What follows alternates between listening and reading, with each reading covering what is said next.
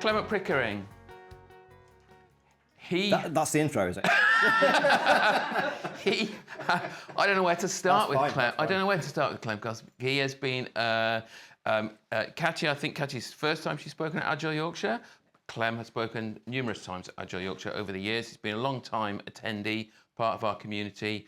Has had a backlog of jobs in of all kinds from starting originally running the test team at Call Credit, and lots of consulting with Infinity Works and Conflux. Accenture. Sorry, who bought them, isn't it? But we could gloss over that. Yes, and now is leadership coach, tech leadership coach. Is that am I right in thinking that? Right. Yep. Yes, veteran of these events, has spoken several times. Some of you will know him. Some of you will have heard him for the first time tonight. But I know you will enjoy what he has to say. Please give him a super lovely warm welcome.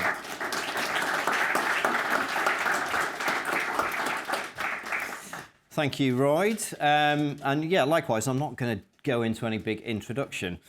In fact, I'm going to get straight into our first psychological safety practice of the evening.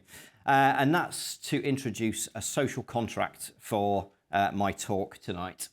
If you've not come across a social contract before, it's essentially a set of things that we'll all agree to as to how we kind of interact and how we kind of work together this evening.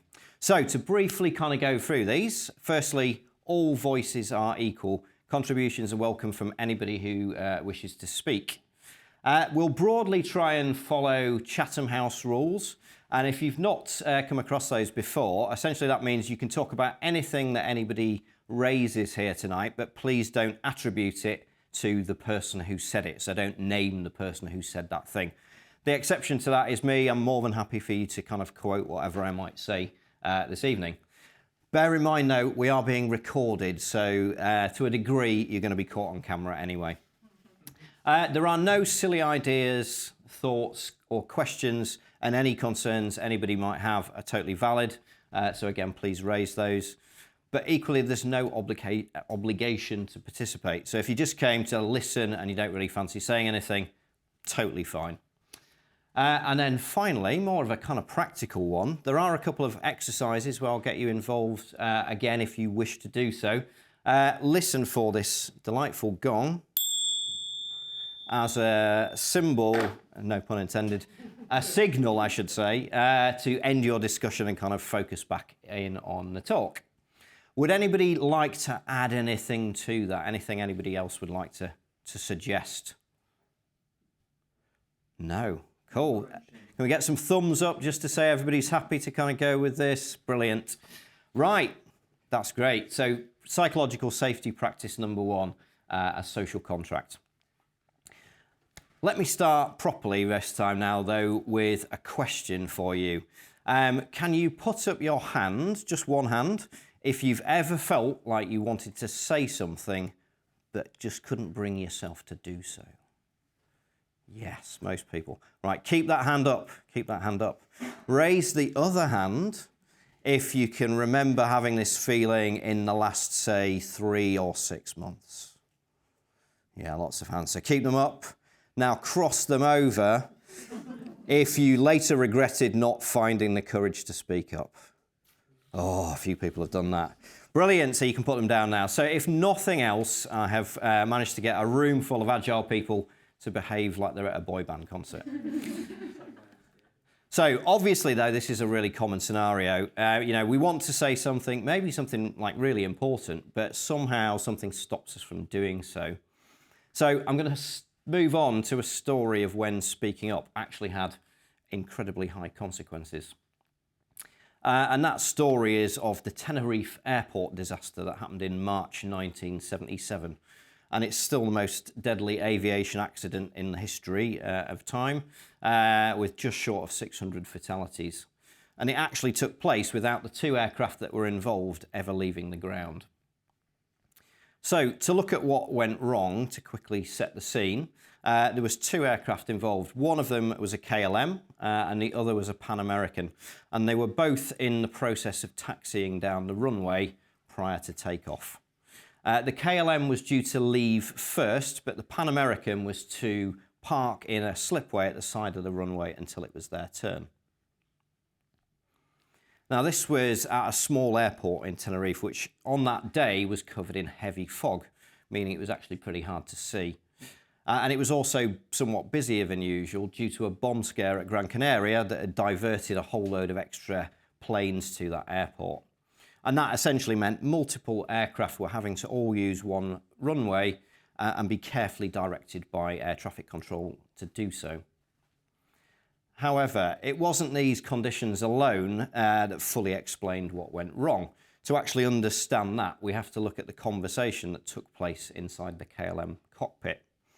And in that cockpit, there was 3 people: Captain Jacob Van Santen, a very experienced and senior pilot for KLM, and with him was First Officer Klaas Meurs and Flight Engineer Wilhelm Schroeder.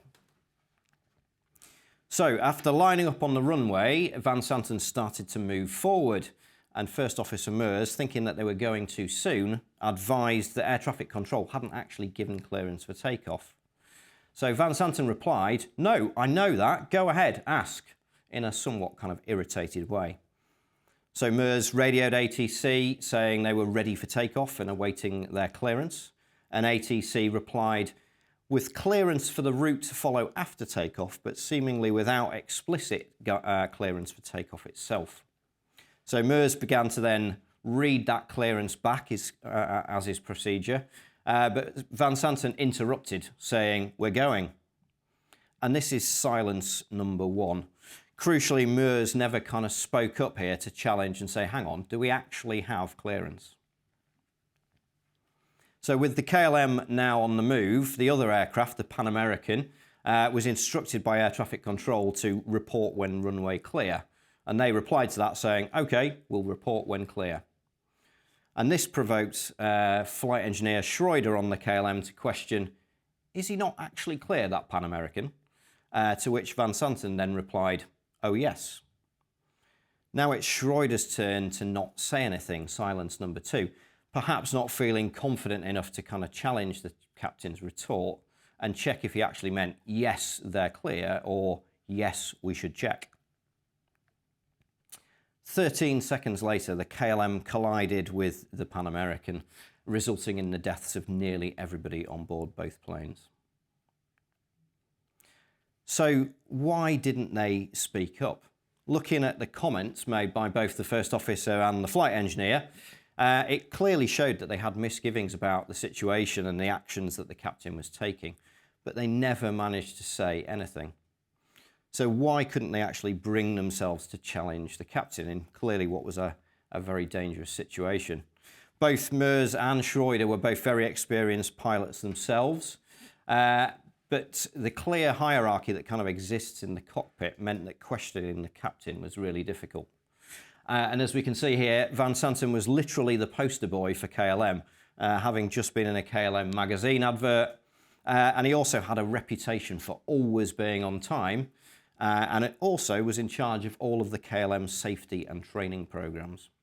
So that made the power gradient that existed between the men in the cockpit even steeper. So the effect of a lack of psychological safety essentially made they stayed silent, unable to question or to clarify. Sadly, there is a whole range of similar stories. So the NASA Columbia disaster, Volkswagen Dieselgate, the kind of demise of Nokia, all of these have been shown to have a lack of psychological safety as being a kind of significant factor in those consequences. But let's bring it a little bit closer to home now. I'd like to share a few of my own stories, thankfully much less dramatic, I should say, where I've kind of observed that lack of psychological safety. So yeah, Roy mentioned I used to work at Core Credit, which is now TransUnion, and a typical kind of tech scene, perhaps, a project retrospective. A project had completed, somewhat successfully, but with some challenges around go live, particularly around kind of impacts to clients. So the meeting was to kind of thrash out what went wrong. And people were focused on making suggestions, thinking of ideas as to what we could improve and how we could change things for future releases. However, with around 30 minutes to go, the engineering director, a somewhat formidable character, entered the room, bringing with him an immediate change in atmosphere. Immediately, people went quiet, not really wanting to speak up anymore, and the rest of the session essentially played out with him, very much focused on his view as to what had gone wrong and what we needed to change.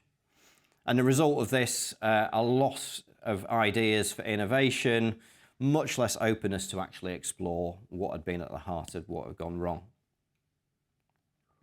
And then secondly, an architecture design session at InfinityWorks, the consultancy I used to work at. This scene involved a group of software engineers of various levels of seniority who'd all been brought together to kind of brainstorm a potential solution for a client. And initially, the focus was on trying to surface ideas and hear the thoughts of everybody present. But this was inadvertently and accidentally really shut down when, in response to an idea from one particular person, the most senior engineer present uttered the phrase, "Well, that's never going to work. That's clearly been shown to be nonsense," or words to that effect. The result of this was that person's idea was the only one that was really discussed in depth, and nobody else put any more further suggestions or ideas forward, probably worried about being somewhat humiliated. So we've heard some stories from myself and kind of wider around how the lack of psychological safety can kind of have consequences, but we haven't actually yet really said what it is. So let's move on to a definition. So here's Amy Edmondson's definition of psychological safety, and that is that it is the belief that one will not be punished or humiliated for speaking up with ideas, questions, concerns, or mistakes. And Amy Edmondson's actually a really good place to start with anything really related to psychological safety. It was during her study of teams in a healthcare setting that she really came to focus on the term and kind of build on it. And her hypothesis for that research was that the highest performing teams, and in this case, the ones with the best outcomes for patients, would make the least mistakes, which kind of seems logical, really. Whereas the lowest performing teams would make far more mistakes. What the data actually showed was the opposite. It was the highest performing teams that made the most mistakes. And after a bit of head scratching, they figured out that what was actually happening was that the highest performing teams were actually reporting the most errors as they felt safe to do so.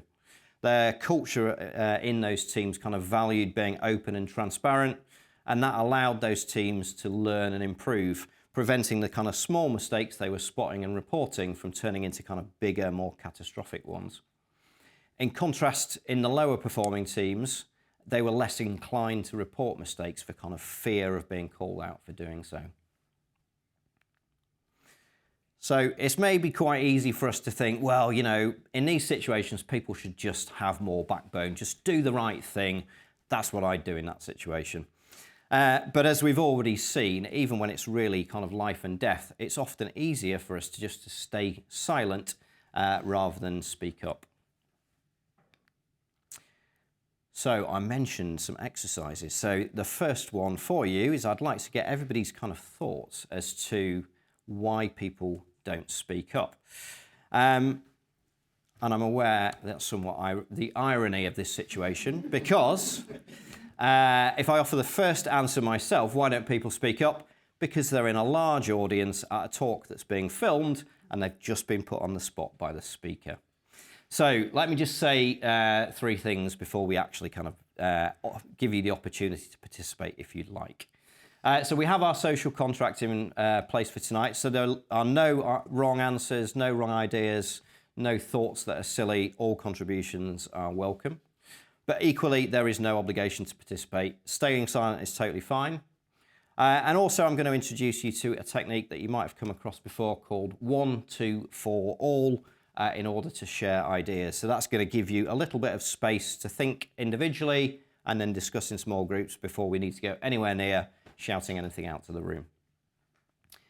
So I'll put the question back on the screen, and I'm just going to, I should have set this up beforehand, time a minute for you just to quietly think about how you would answer that question.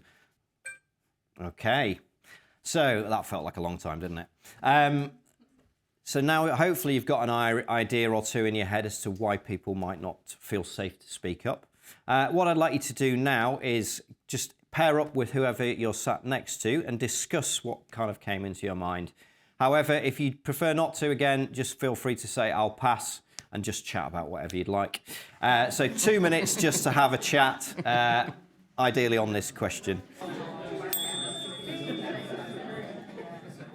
Oh, it's just about worked. That's excellent.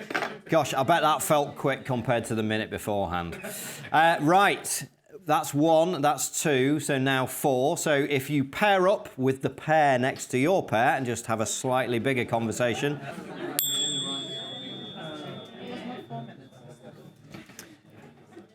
Thank you. Right, so again, with no obligation to participate unless you'd like to, who has anything that they'd like to share with the room? What kind of came up as to why don't people speak up? Yes. We had that people either care too little or too much, and then fear of judgment, and also fear of just not being heard and kind of giving up, especially like they might be like, oh, senior management won't listen to us, so what's the point type of thing. So. Yeah, wow, loads in that. So yeah, care too little, care too much, fear of judgment, fear of not being heard. Maybe also fear that it's not going to go anywhere, nobody's going to care.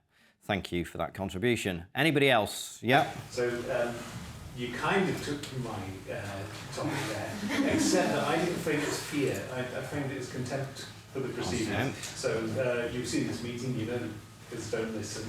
So why would you speak at this? So it's more anger than fear. Yeah, anger and contempt. Yeah, thank you. Anybody else? Yes.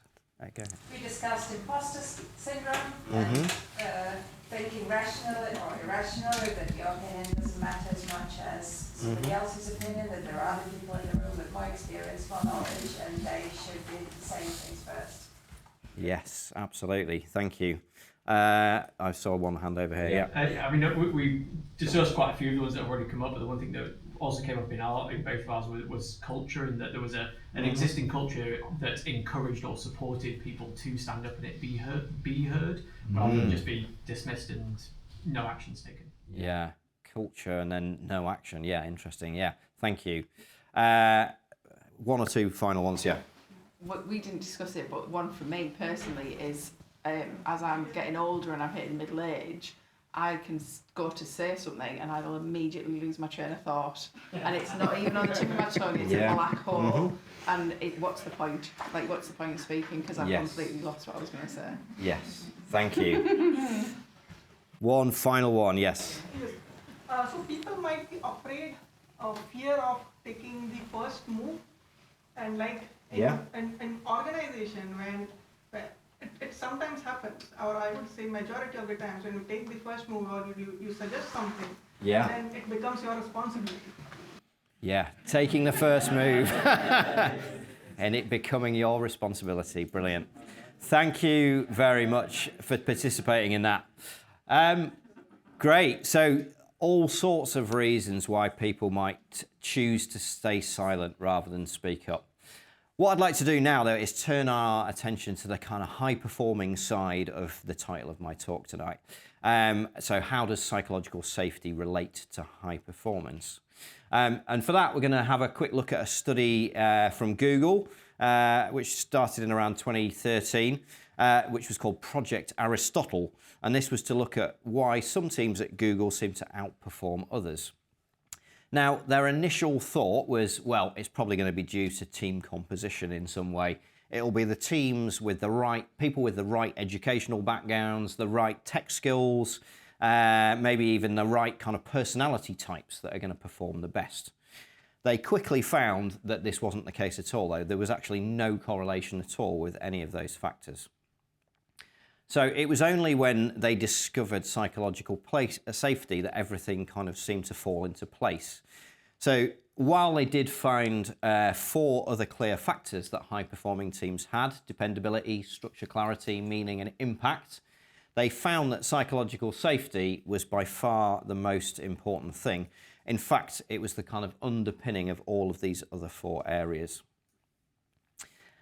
Now, just as a side note, it's probably important at this point to say that psychological safety is not simply the same thing as being nice. Google hadn't just uncovered that the nicest teams were the ones that did best.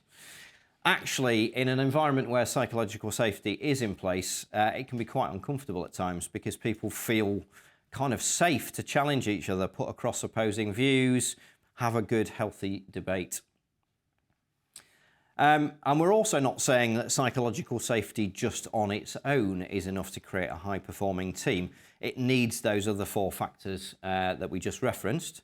And this performance quadrant from Amy Edmondson really kind of brings this to life a little bit more. So we have psychological safety on the y-axis, and then she calls it performance standards on the x-axis, but I prefer the kind of Tom Geraghty version, which is kind of drive to achieve things and high quality work. And yeah, if we mapped on the Google factors, they'd kind of look a little bit like that. But let's do a quick tour of the 4 quadrant corners, starting with the bottom left. So in this zone, we kind of have low psychological safety, but also low drive, no expectation really to achieve anything. And this is really the apathy zone. People are kind of fearful to speak up. It's not a good culture, but there's no expectation of any high performance. So basically, people are resigned to things being a bit shit and have just pretty much checked out. If we move up, if we manage to increase psychological safety, but maybe without increasing any expectation of a drive to achieve anything of good quality, we risk entering the comfort zone. So people might now feel safe to kind of raise things, come up with ideas, or maybe kind of flag things that aren't working, but there's not really any impetus to do anything about it, no purpose to kind of help them move forward. So now we're maybe in a place which is quite a friendly and nice place to work, but we're not really getting a right lot done. If we go to the other extreme, so now let's say we don't have psychological safety in place, but there is that real drive to perform, a drive to deliver things. Maybe we've kind of got our maxim of we must hit our goals at all costs. We don't really care about the carnage we cause on the way. This is the zone of kind of anxiety, stress, burnout. And maybe some companies achieve things here in the short term, but in my view, the long term is pretty disastrous. So the kind of quadrant we all want to be in, of course, is the performance quadrant. High psychological safety, so we feel safe to speak up, but high drive as well. We all are kind of pushing towards achieving true high performance. Bit of a nirvana situation, really. While we probably all would like to think we could be there all the time, in reality, I think in most good companies, it's natural to fluctuate between high performance and comfort at some times, with maybe the occasional dip into anxiety, but hopefully not for any sustained period of time. So far, so theoretical, you might be thinking. What I'd like to do now for the last kind of part of the talk is to make it a little bit more practical. So bring some suggestions as to how you could actually go about fostering psychological safety wherever you work.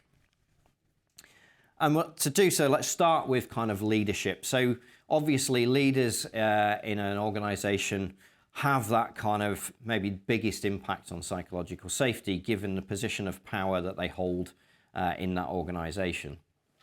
So my first kind of suggestion, if you're a leader or a senior and influential person in some way, is to shut up and listen. Listen kind of actively and intently. And at its simplest, this kind of means stop listening just to find that gap to get your reply in, and actually listen to kind of understand what the other person is saying.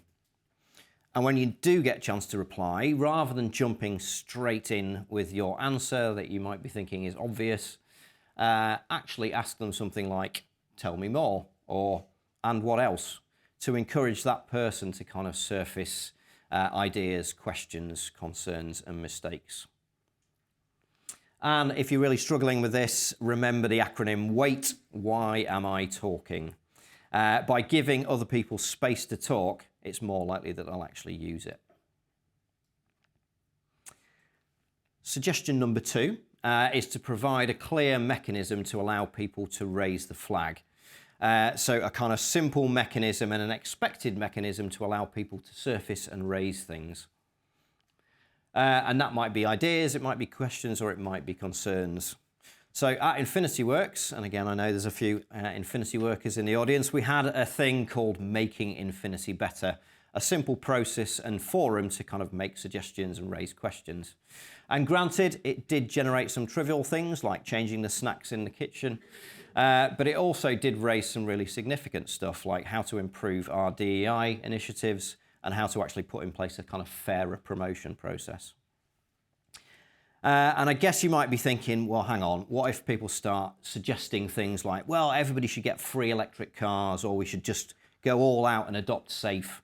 You know, before you shoot them down, remember just shutting it down is the safest way to undermine it. So it is really important to thank people for every contribution and realise that if they've made it, if they've raised it, it likely matters to them. So find out why, find out what it is that's led them to put it forward as a suggestion. And then finally, of course, though, do implement where you can. Again, never implementing anything is a surefire way for this to backfire. So let's have a look at the team level now. So you're working in a team, how could you kind of go about fostering psychological safety? So I'm guessing lots of people may have come across this before, a team charter. And we've kind of done a little bit of this tonight with our social contract for the event, but the same thing can apply probably even more so at a team level. So a team charter is essentially a kind of agreement as to how you'll all work together. And having that clarity as to what's expected and how you'll interact and how you'll speak up kind of gives a framework that people feel safer to work within. You can also incorporate that kind of raise the flag thing I've just mentioned as well. So particularly for kind of sensitive or difficult things, whatever they may be, by calling out a simple mechanism to raise those things, again, people can feel safer to actually put those things forward. And again, remember though to revisit it regularly. Things like this, if they go stale, then the value starts to diminish. Katya has mentioned this one already, which I was delighted to hear. Also, teams can run things like lean coffees. Who's come across lean coffee before? Yeah, good show of hands. If you've not, essentially its kind of strapline is a structured approach to an agendaless meeting. And the way it kind of works is rather than having one leader or one chairperson kind of set the agenda and then run the meeting, you get everybody's ideas out, typically on Post-its, briefly discuss through them, and then use something like dot voting to decide which order you're going to discuss them in, and then work your way through. And this is a great way to kind of have a fair and equitable way to actually discuss what people actually want to discuss, and it also encourages and values contributions from all voices in the room. So final level of detail is to kind of think about tech teams. So the most technical teams or people working in software development, as I suspect most people or many people here will tonight, what things might be specific as well to tech teams? Before I kind of go into this one, who's heard of the and-on chord before? Yes, a few people putting a hand up. So the and-on chord is essentially, it comes from the Toyota production system or car manufacturing. And essentially it was like a cord initially, I believe it's now a kind of push button, that runs around the factory that allows anybody working on that production line, if they spot a problem, they want some help, or they've got an idea as to how to prove things, they pull the cord or hit the button and that stops the line. And then everybody can kind of come rushing over, swarming around to help solve that problem immediately. And tech's kind of fantastic example of this is that kind of build pipeline, or CI/CD pipeline, as we might call it today. There's so many benefits, obviously, to this, but in terms of psychological safety, we're kind of helping normalize failure. We're kind of saying we're expecting things to break, and in fact, if they do, we want to stop everything and sort them out. Another kind of really key benefit for me is also that we're asking machines to raise the problem. So machines don't really suffer from a lack of psychological safety. They're just going to tell you if it's broken. So we can save the humans from that kind of potential threat. And then even better, if we actually see every build also as a potential chance to improve, then, you know, even better, we're actually helping improve performance and improve outcomes as well. And then the final suggestion from me, before I'm going to open it up a little bit again, just a forewarning, the idea of a pre-mortem. So a pre-mortem is essentially like a post-mortem, but you do it ahead of time. So you imagine yourself at some point in the future, typically maybe when a project has gone live or something, and you imagine all of the reasons why it went disastrously wrong. So how I like to kind of facilitate this is usually to draw a massive tombstone on a whiteboard and write on it the words, "Here lies Project X," or whatever your project's called, and then kind of ask people to come up with all of the reasons why it's failed. That might be, you know, we made a release so massive it could be seen from space, or we deployed it at 3 o'clock in the morning when everybody was absolutely knackered. And obviously this works because suggesting or highlighting issues before they've actually taken place is so much safer.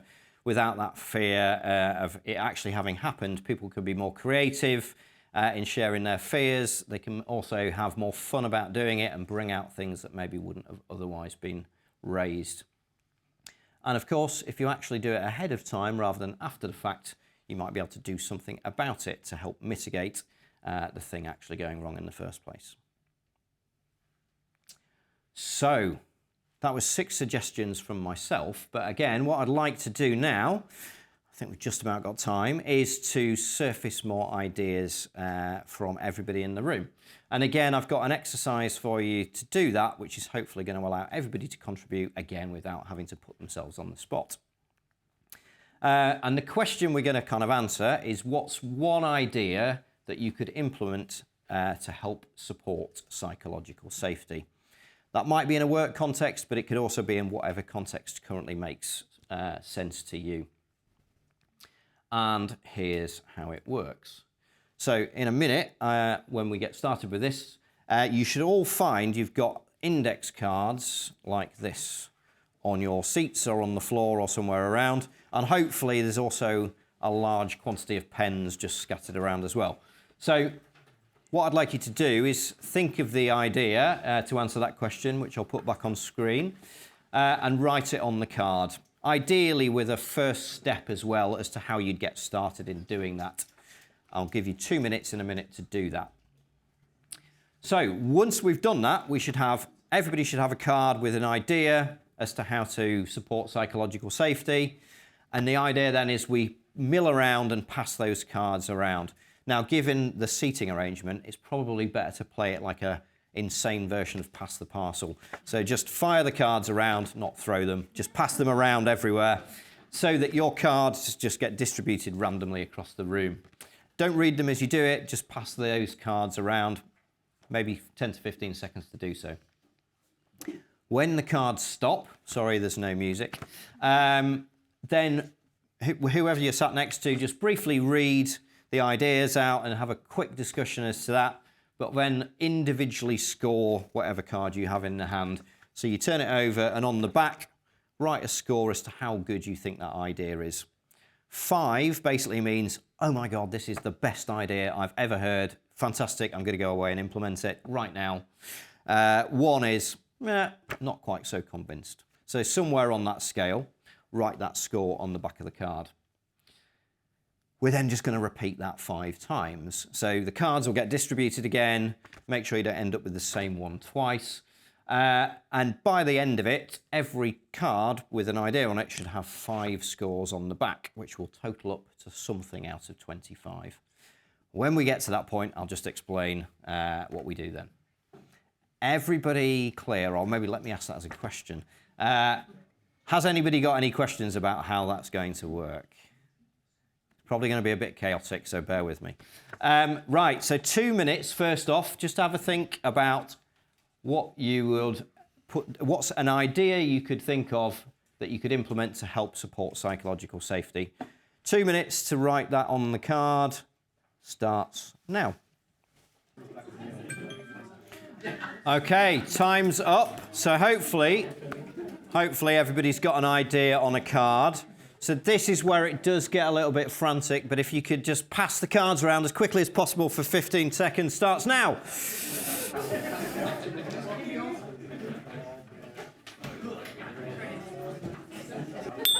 Okay, stop. Stop the cards. Stop the cards. Right, so whatever cards you have, whatever card you've got, now briefly just have a quick discussion with your neighbour just to get a sense of it, and then score it out of 5 individually. Time starts now. Okay, 15 seconds, pass them all around again.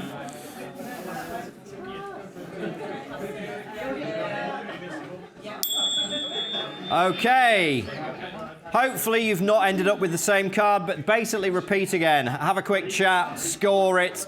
2 minutes starts now. Okay.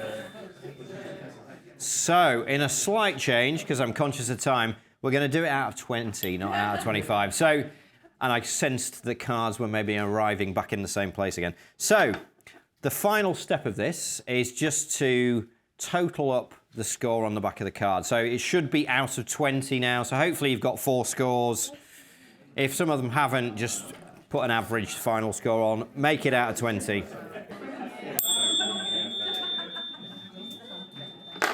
Right, so every card should hopefully have a score out of 20. So, does anybody have 20? Yes, we have a 20. So, essentially, this technique helps. Unless Royd's just written that and then scored it himself.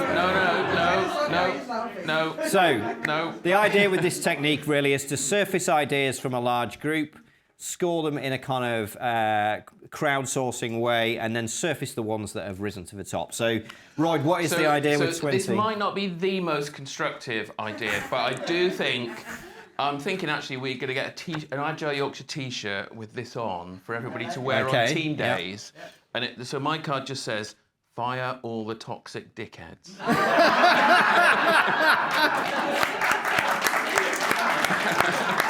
I mean, and everyone scored it a 5. It's quite hard to argue with that one, actually, to be fair. So, and it's definitely effective. You heard it here first tonight. Fire all the toxic dickheads. Has anybody got 19? Let's get the top 3 out. 19. Anybody got 19? 8. I feel like an auctioneer now. 18. Anybody got 8? 18. So there's 2 18s. Let's go to the one over there first. Demonstrate vulnerability, share a mistake or failure that you've made, and discuss the impact. Brilliant. Yes, absolutely. I would highly recommend that. Yeah, showing vulnerability, particularly as a leader, is such a worthwhile thing to do in order to help other people feel safe to speak up. And there was another 18 over here. It's pretty much the same. Oh, right, so cool. Go on, yeah. Vulnerability as a leader, ask them more obvious questions, show it's okay not to know the answer. Yeah, fantastic. Yeah, show it's okay not to know the answer. Brilliant. So those are the top 3 that came out, but we could have kept going. And actually, maybe if we pass the cards forward, we'll try and collate them in some way and send those out. But because we're almost at time, thank you very much for taking part in that exercise. So final slide, just to briefly wrap up. These are some of the key points hopefully I've covered. So silence isn't golden. We want people to feel safe to speak up, and indeed there are consequences if they don't. But psychological safety isn't simply about being nice. And while it underpins kind of high performance, it's not enough on its own. It needs to be coupled with other things. And also, finally, there are some practical techniques, some practical ways that you can use to help foster psychological safety wherever you work. There's some fantastic books as well around psychological safety. These are some of the ones I particularly like. So again, if anybody wants any more details, come and chat to me afterwards. But otherwise, thank you very much for listening. And if we've got time, I'm happy to take any questions.